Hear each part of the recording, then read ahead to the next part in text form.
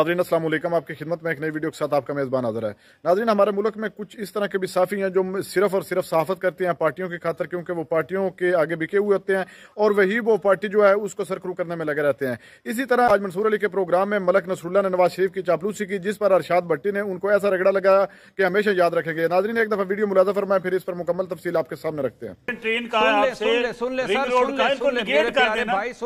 सुन ले दो जुमले सुन। रिंग रोड में मुबारक हो आपको, मेरे सुन लें कि आज हमारा कख नहीं बचा हुआ उन पावर प्लांट्स की वजह से। ख्याल है कि इस हिसाब से पाकिस्तान भी कायदे आज़म ने नहीं बनाया था, मुस्लिम इनकार करें भट्टी साहब, जुमले ना कसे। उस वक्त मुस्लिम इन चीजों से इनकार कर दें। नहीं मेरी जान, नहीं मैं आपकी बात मेरे प्यारे भाई, बड़े बलकाबिल एहतराम भाई, मैंने बड़ी गौर से सुनी है। अभी भट्टी साहब कह रहे थे कि जी मनसूबा इनके पास कोई नहीं है। कंपेरिजन कर लेते हैं ना, सिंध को, पंजाब को, KPK को। 3.5 साल नहीं 10 साल हुकूमत है आपकी KPK के अंदर। वो 350 डैम कभी किसी ने पूछा कहाँ पे है? किसी ने पूछा कि आप मेट्रो को गालियां यहाँ लाहौर में दिया करते थे, वहां आपने मेट्रो बना के इसके बावजूद फिर लोगों ने वोट सर गुजारिश सुने, इसके बावजूद वोट में बाद में आते सर, वोट बयानिए की बुनियाद पे और एग्रेशन की बुनियाद पे। सर गुजारिश सुने, वोट नफरत की बुनियाद पे मिलते हैं, आपको पता है, मौला जट बन के मिलते हैं। बात यह है कि नफरत की बुनियाद पे मिले ज्यादा खतरनाक बात है। मेरी बात सुने, बात यह है कि अगर आपने कोई डेवलपमेंट की होती, मेट्रो आपने यहाँ के वहाँ कॉपी की, फिर उसने कहा जी मेट्रो कम कर लेते हैं। KPK के अंदर 10 सालों में आपने जो परफॉर्मेंस की है उसको आप कंपैरिजन कर लें मुस्लिम लीग नून से, छोड़ दें मुस्लिम लीग नून अच्छी बुरी है। आपको एयरपोर्ट्स बना के दिए मुस्लिम लीग नून की हुकूमत ने, सारे एयरपोर्ट्स पाकिस्तान के।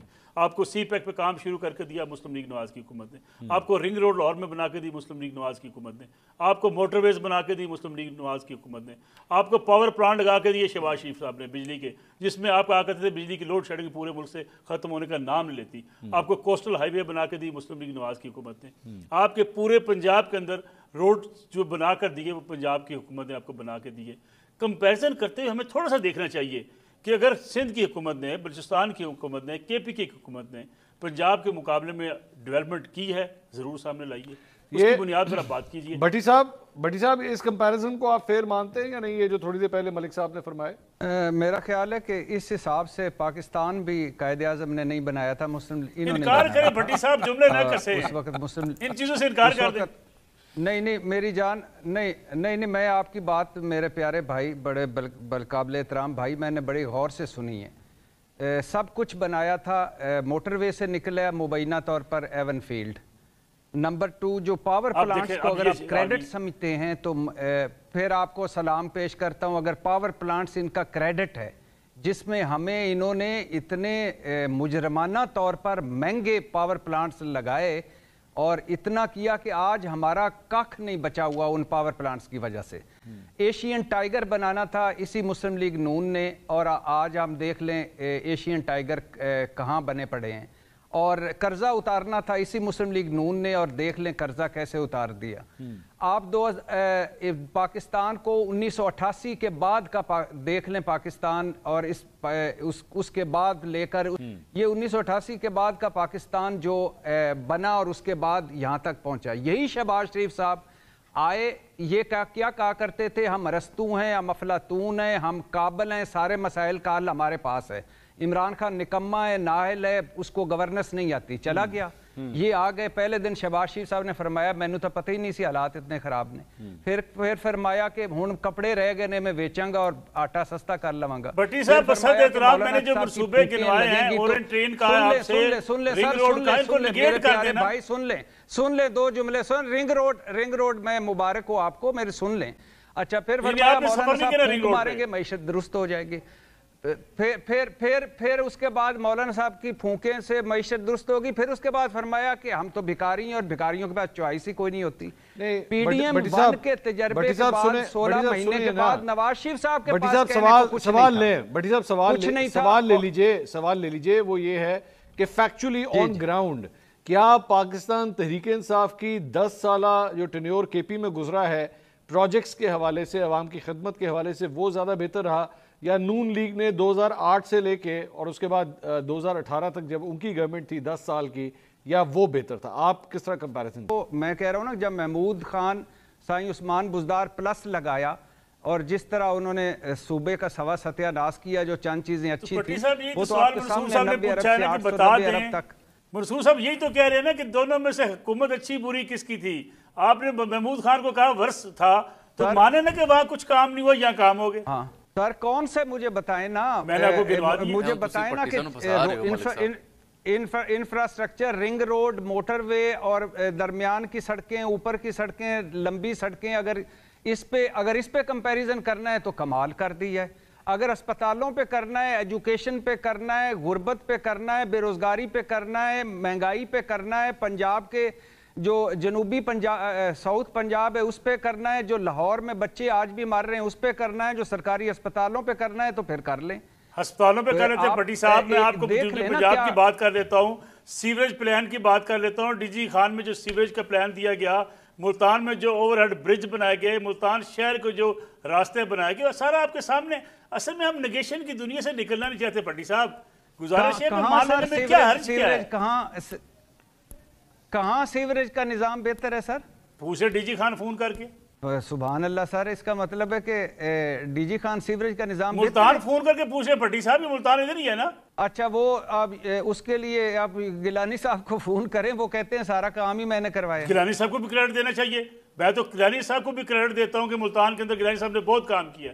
سر جب سے آپ نصر اللہ صاحب، جب سے ان کے ہتھے چڑھا ہے نا یہ ملک، اللہ کرے میں آپ کے ساتھ ہوں کہ اب وہ جو سارے ہمارے یہ جو دو خاندان ہیں ان کے ہتھے، جب اللہ کرے کہ یہ اب یہ آپ کی ان توقعات سے یہ بائی ایئر ہمیں سفر کرائیں اور ایسے ایسے اسپتال بنائیں، ایسے ایسے اسکول بنائیں جہاں یہ بھی پڑھیں، جہاں یہ بھی ان کا بھی علاج ہو، ہمارا بھی ہو. بہت اچھی بات ہے، اور کریں. دانش اسکول اگر بنائے تو شہباز شریف نے بنائے. دیکھیں اچھے اسکول بنے، ہمیں کریڈٹ دینے میں کیا مسئلہ کیا ہے؟ اگر بچوں کو لیپ ٹاپ دیے گئے تو شہباز شریف صاحب نے دیے، ہمیں ماننے میں کیا مسئلہ ہے؟ اس لاہور ایئرپورٹ کے اوپر آپ کو بھی یاد ہوگا، جامی صاحب کو بھی یاد ہوگا، لوگ آوازیں دے کے کہا کرتے تھے کہ ہمارا وہ عزیز آ گیا. اس پرانے ایئرپورٹ پہ یہاں آپ کے پاس کوئی بڑا جہاز نہیں اتر سکتا تھا. اسلام آباد میں کسی بڑے پلین کے لیے برٹش ایئر ویز آ رہی تھی تو اس لیے آئی تھی کہ آپ کے پاس نیا ایئرپورٹ بن گیا تھا. کوئی آپ کے پاس آنے کو پلین تیار نہیں تھا، اس لیے آپ کے پاس رن ویز ٹھیک نہیں تھے. اگر کسی شخص نے بنا لیے ہیں تو ہم کہتے ہیں جو ایون فیلڈ بنا لیا گیا، اس سے فلاں پیسے نکال لیے گئے.